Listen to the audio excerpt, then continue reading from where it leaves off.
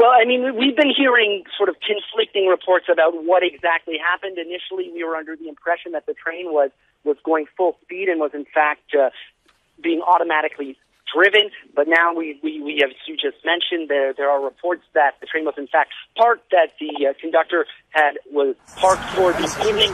What we do know, though, is that witnesses saw the train barreling in at what they said looked like full speed when it then came off the rails here at the center of Lac-Mégantic, a town of just 6,000 people. And those that I've spoken to say that when it happened, it was just total chaos.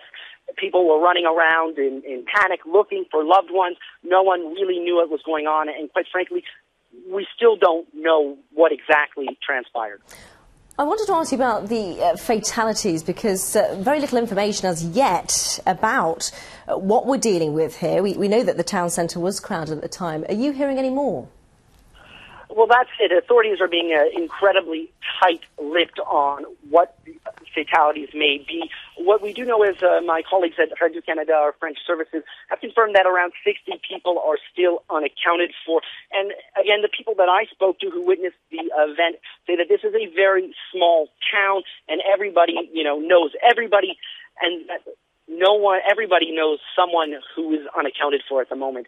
So the numbers are certainly very concerning, as is the time as the day continues to go on. And the fire, for that matter, is still blazing. I'm looking at just a truly impressively dark cloud of smoke that's billowing out of one of the derailed cars, and it's still on fire. Firefighters are trying everything to douse it, but because it's oil, there's not a whole lot they can do until the oil has burned out. Well, I was just about to say, of course, more dangers do lie ahead, don't they? Because there are fears that more tanks could explode. And I understand that there's even been a spill into the lake, the river there.